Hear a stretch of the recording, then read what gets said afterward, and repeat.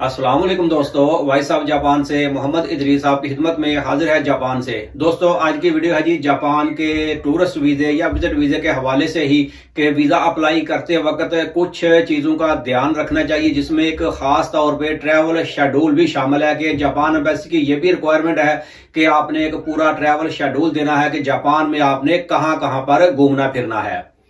Japan visa और information के लिए मेरा YouTube channel voice of Japan visit करें और सब्सक्राइब करें, शुक्रिया। अब ये जो ट्रैवल शेड्यूल है भाई, इसमें भी लोग मिस्टेक करते हैं कि जैसे मिसाल के तौर पे एक बंदे ने ट्रैवल शेड्यूल लिखा है तो उसमें 2-3 जगहों के बड़ी बड़ी सिटी के नाम लिख देते हैं। जैसे मिसाल के तौर पे एक टोक्यो में लिख दिया, ठीक है, घूमना फिरना है टोक्यो में, बहुत सारी जगह हैं कि वो भी 10-15 दिन का अगर आप शेड्यूल बनाएंगे तो वो भी खत्म नहीं होती, ठीक है। लेकिन उसके साथ क्या लिख देते हैं, मिसाल के तौर पर 1 दिन या 2 दिन टोक्यो का लिख दिया, फिर उसके बाद अगले दिनों में दूसरी डेट पे लिख दिया ओसाका में। ओसाका में 1 दिन घूमना है, तीसरे दिन फिर आगे टोक्यो लिख दिया, चौथे दिन फिर ओसाका का बना दिया। तो भाई इस तरह से जो ट्रैवल शेड्यूल है ये आपके लिए मसला बनेगा कि ओसाका जो है ये टोक्यो से थोड़ा दूर है, इतना भी नजदीक नहीं है, जाने आने में भी टाइम लगेगा।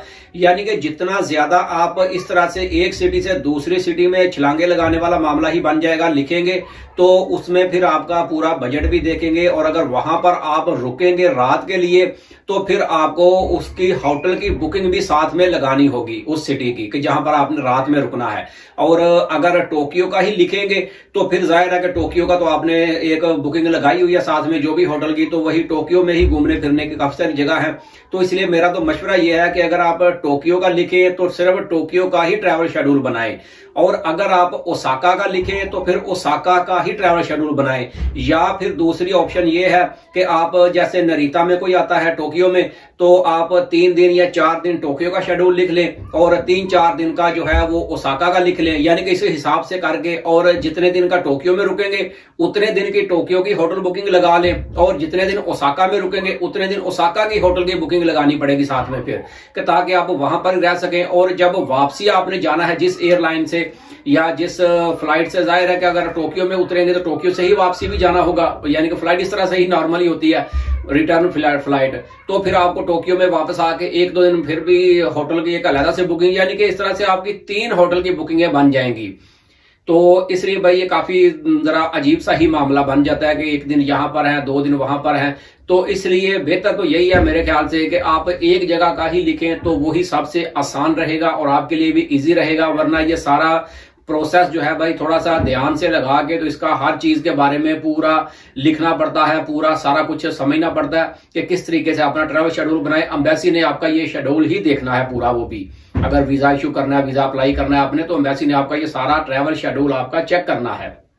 और फिर उन्होंने आपका पूरा बजट का भी हिसाब लगाना है कि यहां से अगर ओसाका आप जाएंगे तो शिनकानसेन के ऊपर भी जाएंगे। अब मैं चेक तो नहीं किया, कोई बंदा हो सकता है जापान में देख के इतराज करे, तो हो सकता है प्यारे भाई उसका 15,000 या 20,000 आपकी एक साइड की टिकट हो, 15,000 या 20,000 येन की टिकट हो टोक्यो से ओसाका की, शायद इसके आसपास तो होगी, 10,000 से तो ज्यादा ही होगी। और फिर आपने जाना है फिर वापस भी आना है, तो समझिए कि 20,000 या 30,000 या ना आपके खाली टिकट ही टिकट के लग गए। फिर आप वहां पर टाइम गुजारेंगे, घूमे फिरेंगे, उसका भी खर्चा।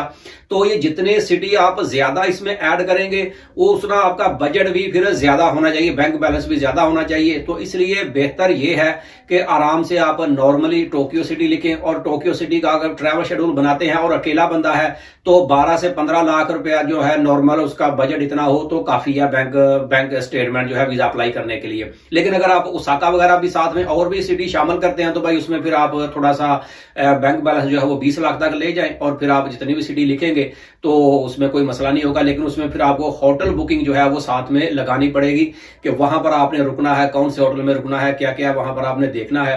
तो इस तरह से ये एक नॉर्मल सा मामला है। लेकिन बेहतर यही है कि आप चाहे ओसाका का कर लें, चाहे आप टोक्यो सिटी का कर लें, तो एक सिटी का करेंगे तो आप इजी रहेंगे। तो ये वीडियो बस यहीं तक थी। वीडियो अच्छी लगे तो इसे लाइक कर दें। मिलते हैं किसी अगली वीडियो में, तब तक अपना बहुत ख्याल रखें। पाकिस्तान जिंदाबाद।